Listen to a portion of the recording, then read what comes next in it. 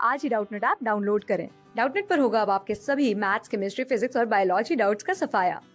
बस अपने क्वेश्चन की फोटो खींचो, उसे क्रॉप करो और तुरंत वीडियो सोल्यूशन पाओ। Download now. क्वेश्चन में हमसे पूछा गया है कि इनमें से ऐसा कौन सा हार्मोन ग्रुप है जो सीड डोरमेंसी को ब्रेक करने के लिए रिस्पॉन्सिबल होता है।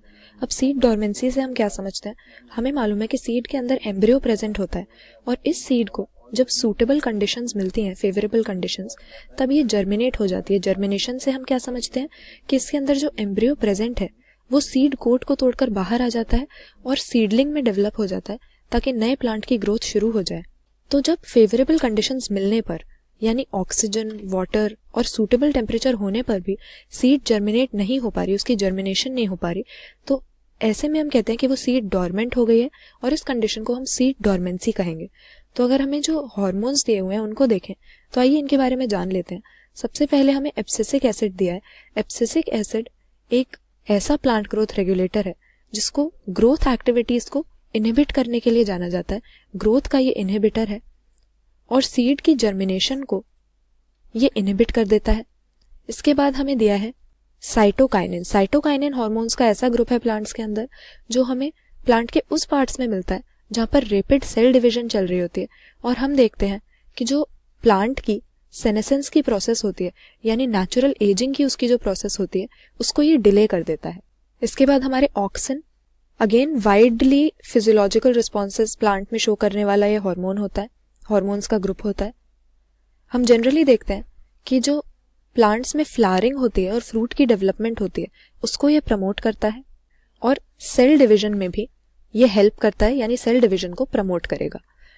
इसके बाद में जिबरेलिन्स हमारे प्लांट ग्रोथ हार्मोन्स का एक ऐसा ग्रुप है जो कई सारे रिस्पॉन्सेस शो करता है प्लांट में।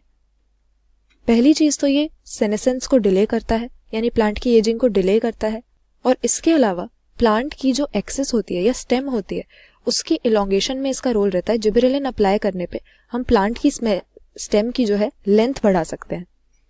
तो यहाँ पर हमसे पूछा गया है कि सीड डोरमेंसी को ब्रेक कौन करेगा। तो हमारा जो साइटोकाइनिन है ये सेल डिवीजन को प्रमोट करता है, सेनेसेंस को डिले करता है, यानी ग्रोथ को ये प्रमोट कर रहा है, प्लांट की ग्रोथ एक्टिविटीज को।